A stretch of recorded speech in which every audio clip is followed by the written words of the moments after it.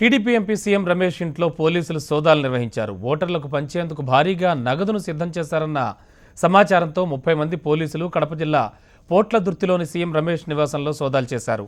ఉదయం 6 గంటలకే రమేష్ ఇంటికి చేరుకున్న పోలీసులు 3 అంతస్తుల భవనంలో అణువణువు గాలించారు.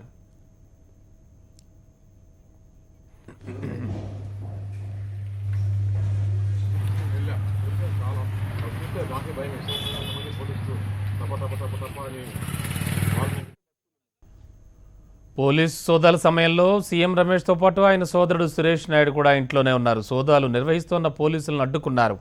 సెర్చ్ వారెంట్ లేకుండా సోదాలు ఎలా చేస్తారని పోలీసులను ప్రశ్నించారు. కక్ష సాధింపులో భాగంగానే తన ఇంట్లో పోలీసులు సోదాలు నిర్వహించారని రమేష్ ఆరోపిస్తున్నారు.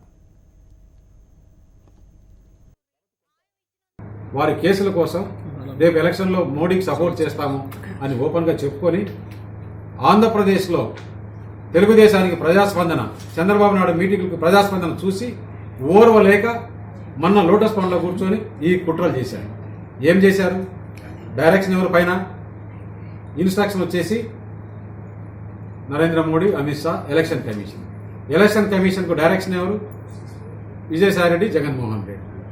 అక్కడి నుంచి ఇక్కడ ఇప్పుడు పోలీసు ఎవరి కంట్రోల్లో ఉంది? Andhra Pradesh police, election commission. ఎందుకంటే ఎలక్షన్ స్టార్ట్ చేసినప్పటి నుంచి ఎలక్షన్ అయిపోయేంత వరకు కూడా టోటల్గా under the control of election commission.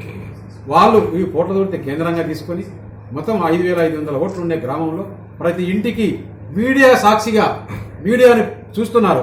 ఏ విధంగా తెలుగుదేశం పార్టీలో ఇంకా ఉత్సాహం వస్తుంది, ఇంకా ధైర్యం వస్తుంది, ఇంకా రెట్టింపు ఉత్సాహంతో పనిచేస్తారు.